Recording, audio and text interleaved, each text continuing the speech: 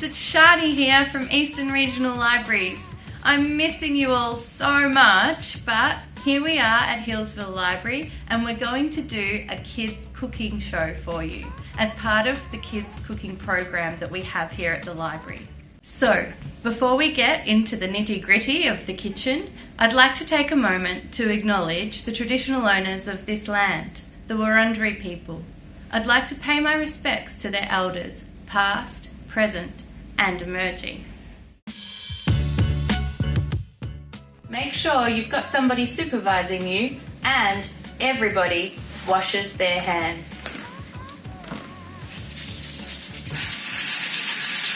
Happy birthday to you.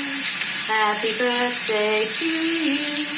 Happy birthday, la-di-da-da. Happy birthday to you. Happy birthday to you. Happy birthday to you. La ba da ba ba da da da. La da da da da.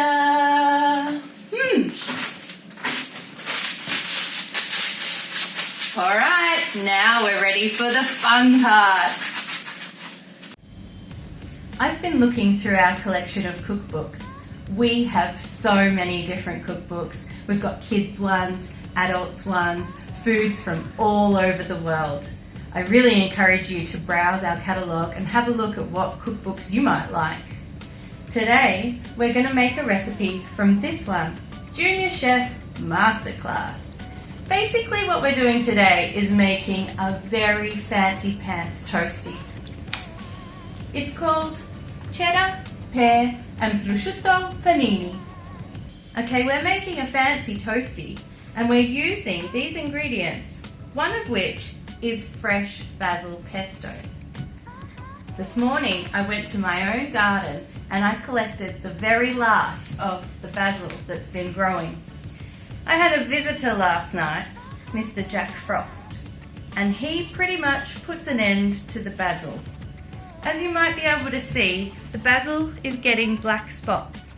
It's still okay, but it's just meaning that it can't handle the cold that we're experiencing now that we're in late autumn. So, let's make the most of this basil, and make some pesto. Ingredients we'll be using for the pesto is fresh basil, grated Parmesan cheese, pine nuts, garlic cloves, lemon juice, olive oil, and salt and pepper. Basil pesto is a really easy recipe. Basically, you just get all your ingredients prepared and then you can pop them into a blender, a food processor, or in my case, a Thermomix. So, let's go. We start with 4 packed cups of fresh basil. Okay, so packed means you're going to really push in as much of the herb as you can fit. Like this. That's good. There's 1.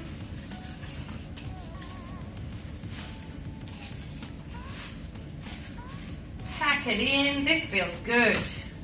So fresh. Smells so lovely. 2.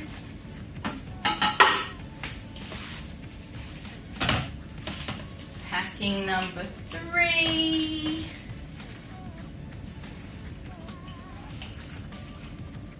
And, oh my goodness, look at this. I had just enough. Just enough.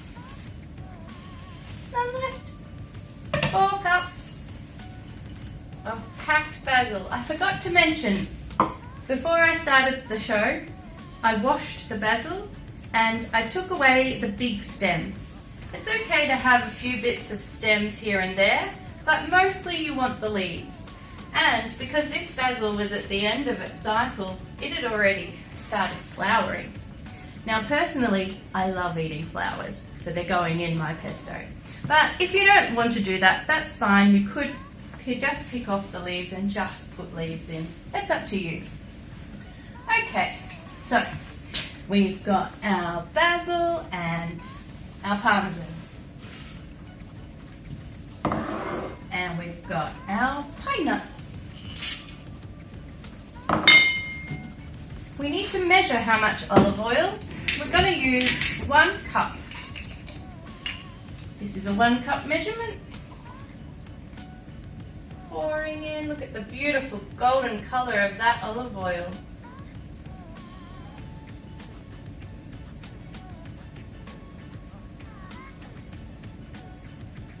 This helps give the pesto a smoothness.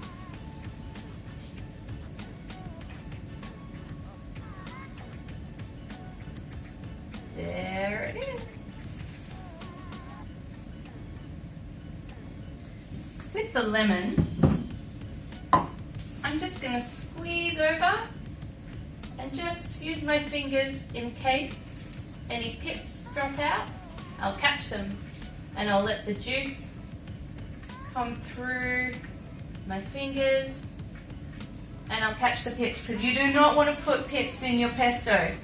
The pips are very bitter. They make the whole thing taste bad. Okay.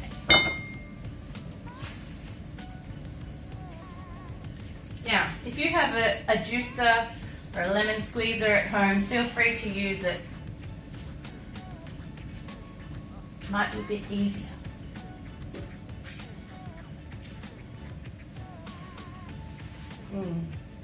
Now the lemon acts as a bit of a preservative as well, which means that your pesto, if you don't use it all in your fancy toasties today, you can put it in an airtight jar and keep it in the fridge for up to a week.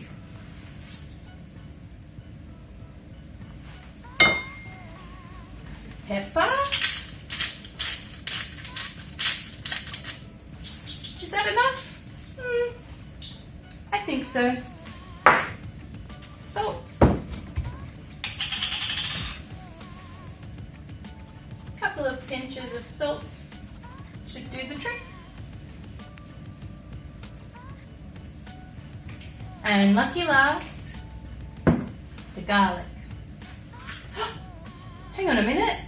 The garlic's still in its skin. I don't think I want to put the skin in there. No. I am going to have to peel the skin off. Now, my Thermomix is brilliant. It's so powerful. It will be able to shred up these garlics with no problems at all. But if you think your blender might not handle it, you could chop them up first. Maybe ask your adult. Ask the person supervising maybe what they think their machine is capable of. Oh, I love garlic so much.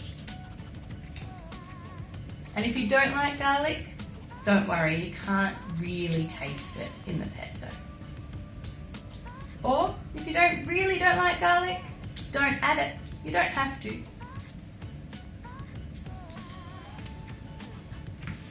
There we go. All right, all the ingredients are in. Now, time to blend them.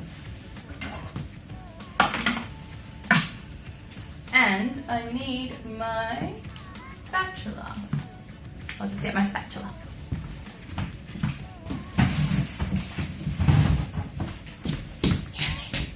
Okay. Maybe 30 seconds. At a very high speed. I'm going to do speed 8. It's pretty high, from 1 to 10, speed 8. And it's a bit noisy, so it might be the time that you want to block your ears. Ta-da!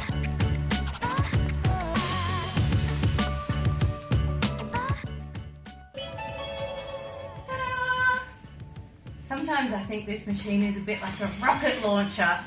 Sounds like it. Off the lids. Look at this, guys.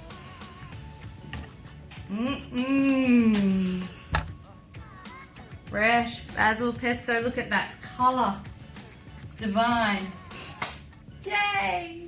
So we just finished the pesto and I've popped it in a jar along with the rest of the ingredients that we're going to use in our panini. Now, first I want to ask you, have you tried pear before? Probably. Have you tried cheddar cheese before? Probably. What about prosciutto? Maybe yes, maybe no. Listen, I just want to say that if you can't find prosciutto in your supermarket, or if you're not up for trying it, you could definitely substitute the prosciutto for ham or bacon.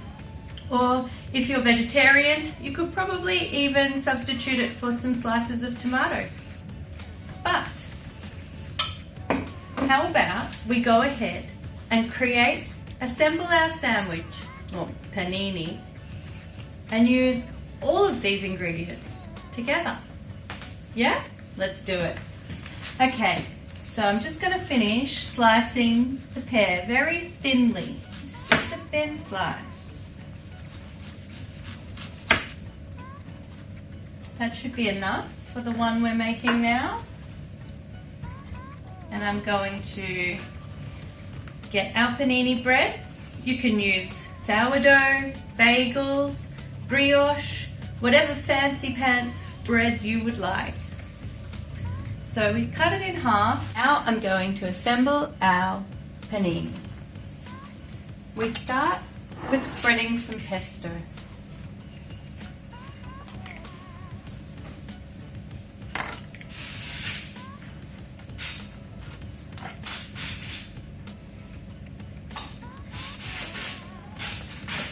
Next to go on is the cheese.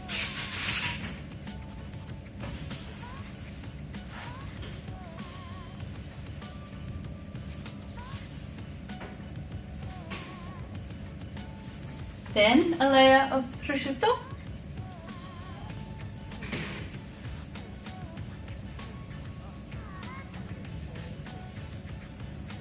And a layer of pear.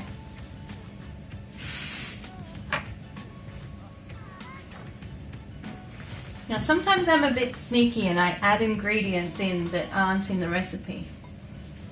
And when I was buying the ingredients, I could not resist some baby rocket. Plus, it's a good way to get our greens into us. Okay. Another layer of cheese.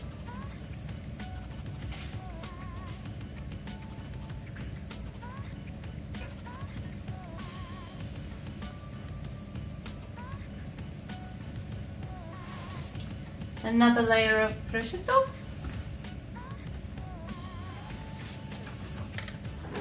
And on the inside of this bread, we'll put some more pesto.